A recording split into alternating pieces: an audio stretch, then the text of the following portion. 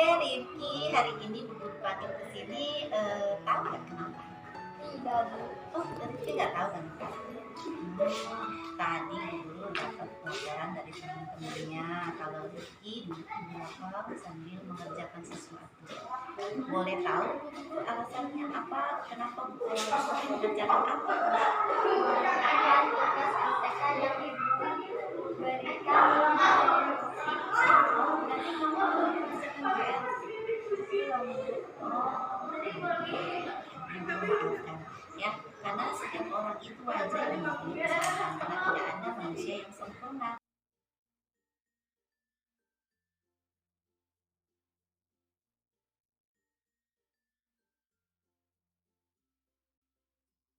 Tapi menurut guru, Rifki pasti punya alasan kenapa nggak mengerjakan tugas. Semalam aku bermain dengan teman-teman dan aku pulang udah tidur. Aku bangun, aku ingin berangkat pergi ke sekolah. Nah, aku di situ baru ingat ada tugas yang belum dikerjakan. Oh gitu ya, berarti sudah bagus sikap kamu yang pertama ya, tidak mau datang terlambat ya.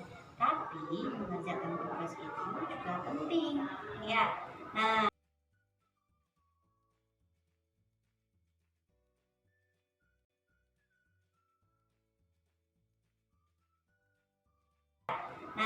kalau misalkan kamu tidak mengerjakan tugas, kita sudah membuat peraturan kelas. Kira-kira keyakinan kelas ada yang kamu langgar apa enggak? Ada. Keyakinan kelas apa yang kamu langgar? Tidak mengerjakan PR. Iya, kalau tidak mengerjakan PR itu ya akan berakibat nanti kita akan menjadi terlambat di mengerjakan. Ya, jadi tidak mengerjakan PR itu contoh bertanggung jawab atau tidak? Tidak, Bu. Tapi kalau tidak, menurut Rifki bertanggung jawab itu penting nggak? Penting, Bu. Nah, kalau menurut Rifki penting, nah kira-kira apa yang akan Rifki lakukan setelah ini? Akan mengerjakan PR terlebih dahulu sebelum bermain. Iya benar. Jadi kita kerjakan dulu PR kita sebelum bermain supaya nanti pagi-pagi udah bisa rindu semua. Nah, kira-kira nanti dengan kejadian sekarang ya, kira-kira Rifki itu mau menjadi orang seperti apa nanti ke depannya? Lebih bertanggung jawab untuk mengerjakan PR dahulu. Iya, terima kasih Rifki kalau sudah mempunyai komitmen untuk menjadi lebih baik di kemudian hari. Ya, jadi sangat penting kalau kita mendahulukan sudah terlebih dahulu baru bermain. Ya, oke, terima kasih Rifki. Ya, tempelnya di situ, sebelahnya dulu. Nah, di situ. Yang laki-laki sesama laki-laki kuning-kuning, nanti yang pink duk jaga pink. Nggak usah tinggi-tinggi, nanti bingung bacanya. Oke, boleh di. Ya, yang kuning-kuning, yang pink-pink.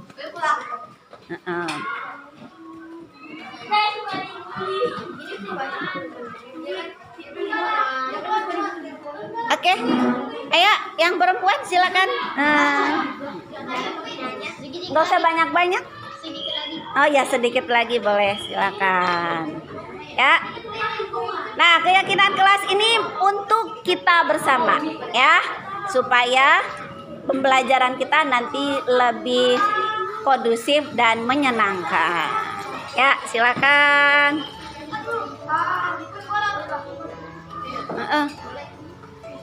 Kamu geser ke belakang sedikit. Ya, makin cepat pulang. Orang udah pada pulang semua.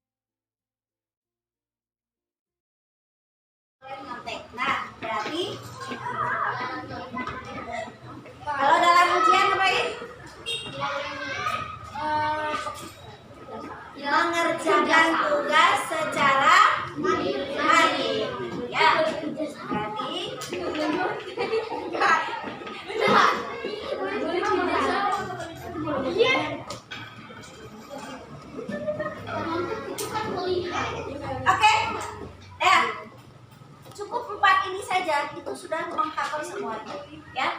Berarti bergantian bicara yang ini, artinya kamu tidak boleh nanti kalau gurunya lagi berbicara atau ngajar, kamu juga sibuk di belakangnya ngomong, ya. Yang kedua, berbicara sopan dan santun. Artinya di kelompok atau di kelas ini tidak akan ada namanya pembulian. Gendut, nggak boleh. Ya. Ciput, nggak boleh. Ya. Yang ketiganya adalah supaya rumah kita bersih, belajarnya nyaman dan nyaman, maka kita harus menjaga kebersihan. Kebersihan di sini cuma satu. Kalau buang sampahnya sempat, maka kita buat aturan buang sampah di tempat sampah. Ya, kecuali kalau tas kamu jadi tempat sampah boleh. Dan di tugas latihan ulangan boleh nggak nyontek ke temannya? Mandiri. Oke? Ya, oke. Sudah. Terima kasih hari ini. Kita sudah mendapatkan kesepakatan dalam keyakinan kelas 5B, ya. 4 item ini semoga kita nanti kedepannya bisa menjalankannya dengan lebih baik. Andaikan nanti di dalam perjalanannya masih ada lagi, Bu, nambah atau Bu keyakinan kelasnya biar lebih bagus kelas kita, boleh nanti kita tambahkan, masih ada ya.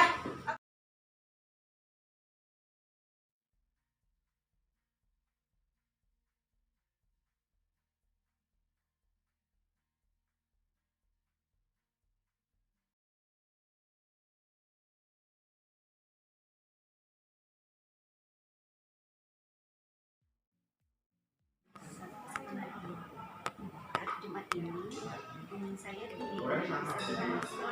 budaya positif materi modul dari ke teman-teman, harus dihadiri oleh kepala sekolah sama teman dari sini, dari sini dan akan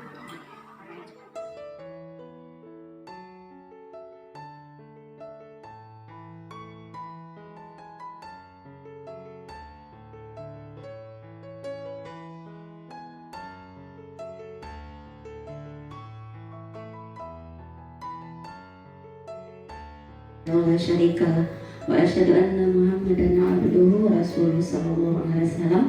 Rabbi shrah sadri wa yassir li amri wa hlul 'uqdatam min lisani yafqahu qawli.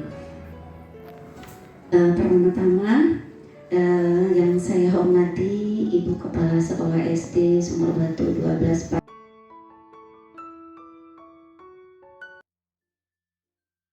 Lagi bahwa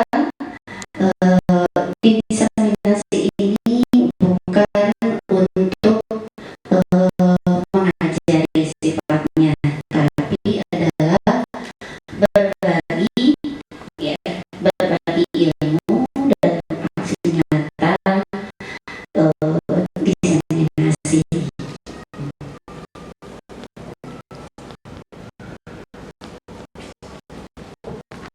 Nah, setelah nanti ada selesai saya menyampaikan materinya, maka Bapak Ibu semua nanti akan diminta salah satu untuk memberikan testimoninya dan juga kepala sekolah, dan itu adalah dua unsur yang wajib dipenuhi oleh setiap JGP yang sudah mengadakan diseminasi.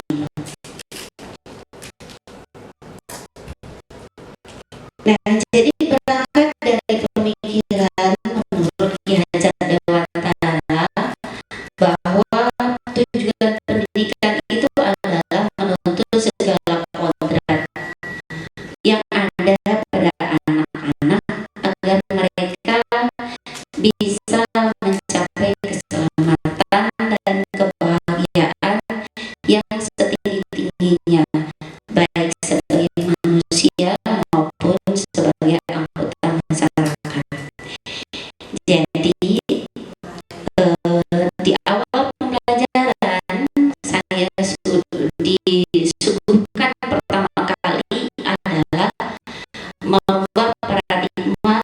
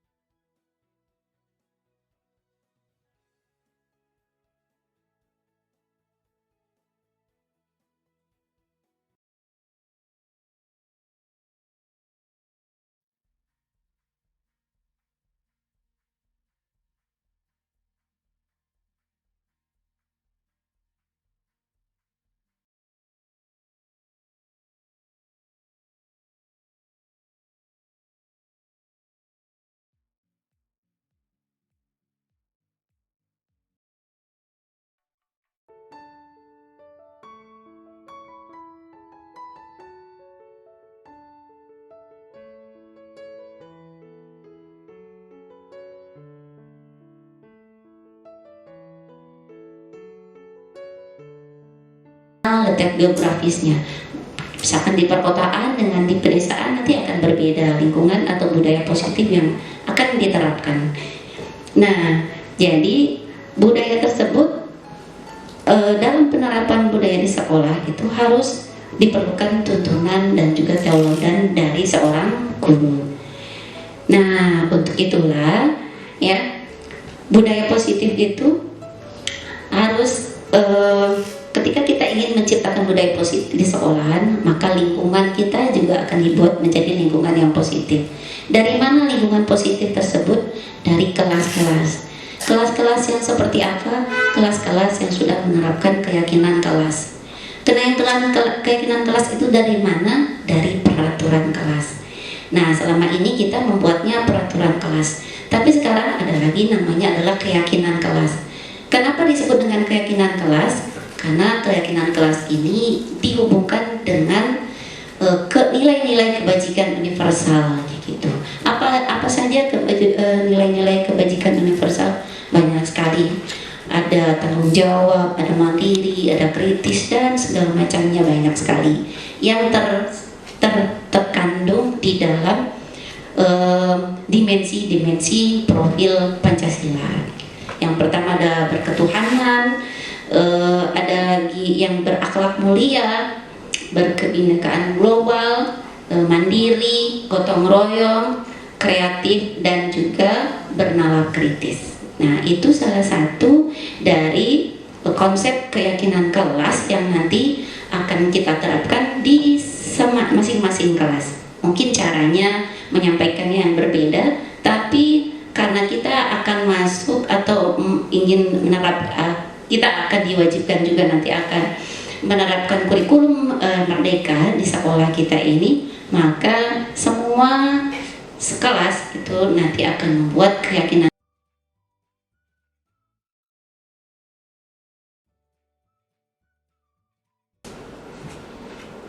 Nah, budaya positif seperti apa sih yang harus kita pahami?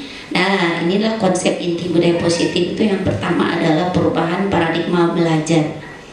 Ya, yang kedua ada disiplin positif. Ya, kenapa ada disiplin positif? Kenapa nggak disiplin aja? Karena selama ini kita menerapkan disiplin itu dengan sesuatu yang bisa jadi hukuman, ya, itu yang bersifat negatif. Maka nanti penerapan dari disiplin negatif bisa kita selesaikan dengan cara-cara yang lebih baik, lebih membuat mereka mandiri dan menyadari apa tanggung jawab dan kesalahannya, dan membuat semua itu ya ada keyakinan kelas dan juga konsep dari penyelesaian masalah yang disebut dengan segitiga restitusi. Nah, mari sama-sama kita pelajari satu persatu ya apa saja konsep inti dari budaya positif tersebut ya. Dimulai dari perubahan paradigma, di mana paradigma itu adalah acuan atau asumsi ya. Menurut Stephen R. Covey ya, bila kita ingin membuat kemajuan perlahan sedikit-sedikit, nah ubahlah sikap atau perilaku Anda. Namun bila kita ingin memperbaiki cara-cara utama kita, maka kita perlu mengubah kerangka acuan kita. Ubahlah bagaimana Anda melihat dunia, bagaimana Anda berpikir tentang manusia, dan ubahlah paradigma Anda, skema pemahaman, penjelasan aspek-aspek tertentu tentang realitas. Nah, paradigma yang lama kita menganggap bahwa manusia itu semuanya sama, kebutuhannya sama, padahal realitanya menurut teori kontrol itu realitanya kebutuhan kita itu berbeda, anak-anak itu berbeda, latar belakangnya berbeda, apa yang dia alami berbeda ya. Nah, menurut stimulus respon yang lama ya, paradigma lama, semua orang itu melihat hal itu yang sama, padahal nyatanya setiap orang itu memiliki gambaran yang berbeda ya. Jadi ketika Bapak Ibu semuanya melihat saya dari sini, dari samping sana pasti akan berbeda ya. Melihat anak itu berperilaku seperti itu, ibu yang ini mungkin akan menganggap dengan perspektifnya. Sementara yang ibu yang lain mungkin juga akan berbeda membuat perspektifnya terhadap anak tersebut. Gitu. Nah, yang berikut adalah kalau menurut paradigma lama, kita mencoba mengubah orang agar berpandangan sama terhadap kita. Sedangkan dengan teori yang baru, kita beda dengan apa yang kita pahami. Berikutnya, perilaku buruk dilihat sebagai suatu kesalahan, sementara setiap perilaku itu ada tujuannya. Ketika anak itu berperilaku tidak baik, bisa saja dia hanya ingin menarik perhatian, bisa saja dia hanya ingin mengemukakan apa yang terasa sesak di dadanya. Jadi setiap anak itu berperilaku pasti punya tujuannya. Nah, berikutnya ada lagi perbedaan antara paradigma lama dengan baru adalah orang lain itu bisa mengontrol kita, sementara hanya kita yang bisa mengontrol apa yang kita inginkan. Begitu juga yang lainnya, saya bisa mengontrol orang lain, sementara Anda itu sebenarnya tidak bisa mengontrol orang lain. Kalau kita memotivasi orang lain, yang memutuskan orang itu mau bergerak apa enggak bukan kita, tapi dia sendiri. Ya, pemaksaan ada pada saat bujukan gagal, sementara yang diinginkan sekarang itu adalah kolaborasi untuk menciptakan pilihan-pilihan baru. Dan konsep yang lama, ya, kalau dalam pemecahan masalah itu ada yang kalah, ada yang menang. Sementara untuk paradigma yang baru itu adalah model berpikirnya nggak kalah menang, tapi harus menang-menang atau win-win solution. Mereka hargai. Nah, itulah yang kita harapkan dari disiplin positif. Jadi bukan karena dia takut dimarahi gitu ya, mereka jadi disiplin sendiri. Nah, pertanyaannya bagaimana kita sebagai guru untuk menanamkan budaya positif kepada anak-anak kita. Maka yang harus kita pahami adalah bagaimana seseorang itu mempunyai kebutuhan dasar manusia. Kebutuhan dasar manusia.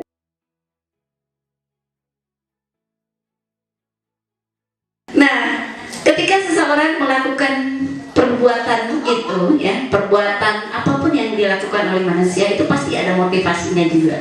Di samping tadi ada kebutuhan, nanti juga ada motivasi. Tapi situ tujuannya apa sih sebenarnya dia melakukan? Apakah hanya untuk menghindari ketidaknyamanan atau hukuman? Ya, misalkan guru-guru itu mungkin motivasinya ekstrinsik. Ada juga yang kedua masih ekstrinsik, adalah biar dapat imbalan atau penghargaan dari teman-teman yang lain. Doa saya dong yang duluan.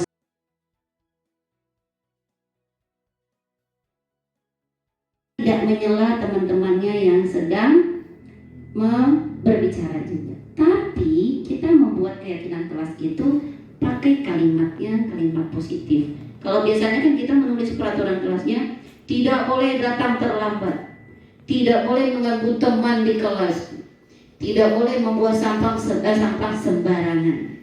Maka dalam keyakinan kelas kita tidak boleh menggunakan kata-kata negatif, tapi menggunakan kata-kata yang atau kalimatnya kalimat positif. Seperti apa bentuknya? Misalkan di sini datang tepat waktu dan mengucapkan salam.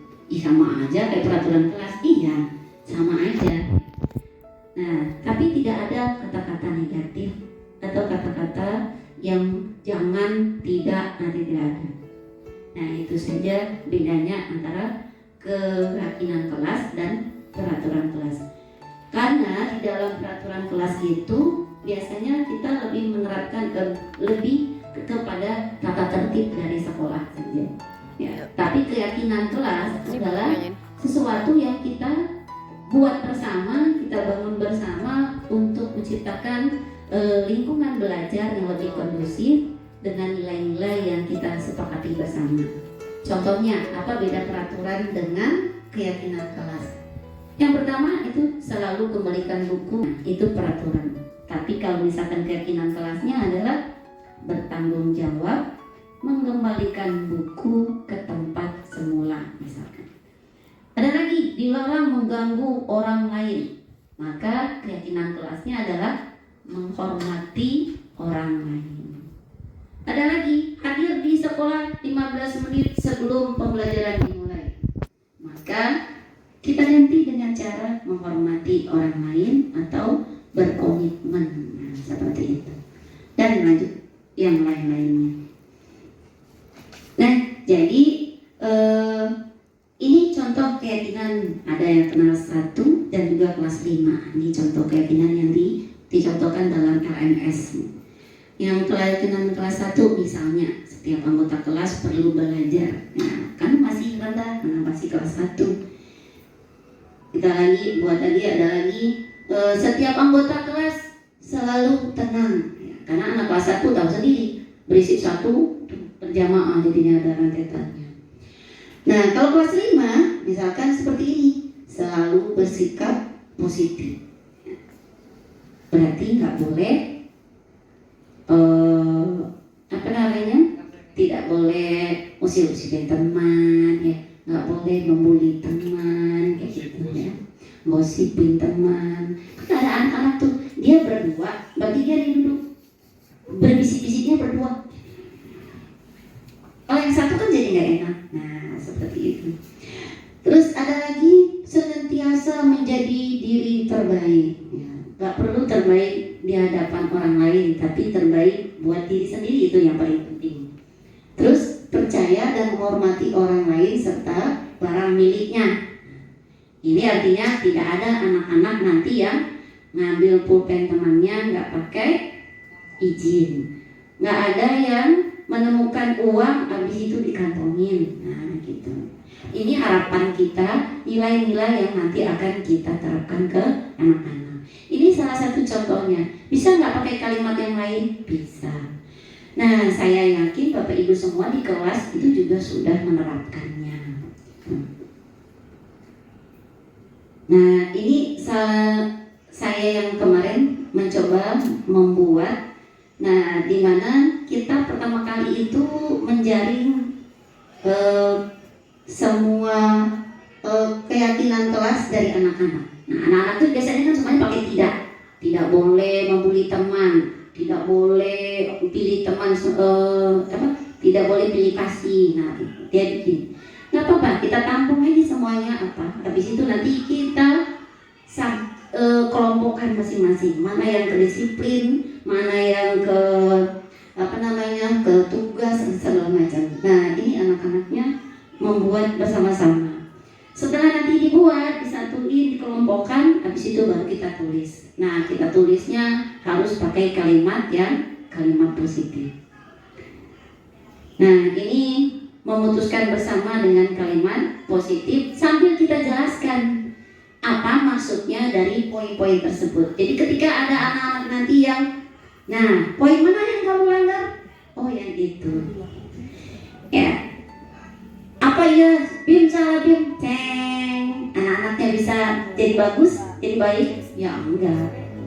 Butuh proses. Namanya juga kita memberikan perubahan kayak gitu. Nah, jadi di dalam menjalankan peraturan kelas atau keyakinan kelas ini, bila mana dalam suatu pelanggaran tertentu nanti terjadi, ada yang terjadi di kemudian hari, dan kita perlu meninjau diseminasi mengenai budaya positif di sekolah yang sudah saya utarakan ya. Mudah-mudahan apa yang saya sampaikan ini bisa menjadi pengetahuan buat kita bersama untuk kita terapkan pelan-pelan di lingkungan sekolah kita, sehingga sekolah kita bisa menciptakan budaya positif yang lebih baik. Tentu saja itu dimulai dari kelas kita masing-masing. Merubah mindset, ya, merubah paradigma bahwa menghukum anak itu tidak akan membuat mereka lebih baik, tapi menggali kenapa mereka bisa melakukan seperti itu, menanyakan kebutuhan apa yang sebenarnya dia ingin penuhi, ya. Itu mungkin akan bisa membuat anak-anak kita bisa keluar dari kebiasaan yang tidak baik. Ya, mungkin itu saja. Mudah-mudahan ada manfaatnya ya bagi kita semuanya. Lebih kurangnya saya mengucapkan mohon maaf dan terima kasih sudah menghadiri diseni dari aksi nyata modul 1.4 budaya positif di sekolah. Terima kasih semuanya. Wassalamualaikum warahmatullahi wabarakatuh. Waalaikumsalam.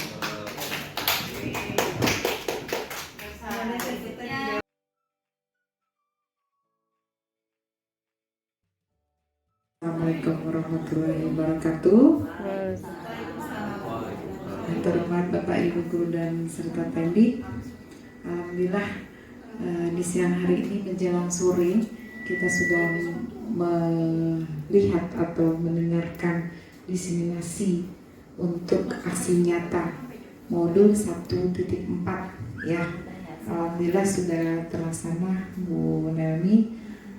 Jadi Bapak Ibu untuk aksi nyata budaya positif di sekolah, memang kita ini harus merubah, kita sebagai guru atau sebagai pendidik merubah mindset kita. Tadi yang Ibu Nelmi katakan, Ibu Nelmi sampaikan, bila anak bersalah kita tuh artinya tidak memberikan langsung hukuman gitu ya. Karena apa? Kalau kita berikan hukuman, apakah dia bisa berubah? Gitu. Kan ini tidak menjamin. Pastinya kita cari tahu apa yang menyebabkan. Untuk Bu Nelmi harus semangat ya untuk inspirasi untuk selanjutnya. Artinya semuanya yang Bu Nelmi dapat ilmunya bisa kita imbaskan untuk teman-teman. Itu saja. Dan kita bisa praktekkan untuk anak-anak kita. Terima kasih. Assalamualaikum warahmatullahi wabarakatuh. Waalaikumsalam.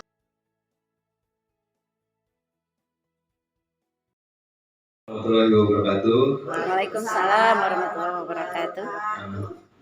Terima kasih atas kesempatannya Bu Nelmi terkait dengan diseminasi yang telah Ibu paparkan dan di-sharing ke kami semua selaku tenaga kerja, tenaga guru khususnya. Ini sangat mencerahkan dan merubah mindset yang dulunya dan diganti dengan mindset yang bersumber pada peserta didik tersebut. Ternyata ini membuat turning point-nya juga, wah iya ya, seharusnya kita bersumber ke peserta didik dan bermanfaat buat saya, buat merencanakan kembali merestruktur asik. Dan terima kasih Bu Nelmi atas pencerahannya. Semoga semangat terus dalam melanjutkan CGP-nya. Wassalamualaikum warahmatullahi wabarakatuh. Pembelajaran modul 1.4 ini sangat saya butuhkan selama ini sebenarnya untuk membuat pembelajaran menjadi lebih baik, untuk membuat aturan di sekolahan lebih baik, untuk menerapkan disiplin dan juga bagaimana cara menangani anak-anak yang bermasalah dengan lebih baik ya. Sehingga anak-anak yang kita berikan solusi dari permasalahan mereka bisa menjadi berubah sikap dan perilakunya, karena sesuai dengan tujuan pendidikan yang digagas oleh Ki Hajar Dewantara, sekolah menjadi tempat bertumbuhnya kebudayaan positif dan merubah lakunya anak. Terima kasih.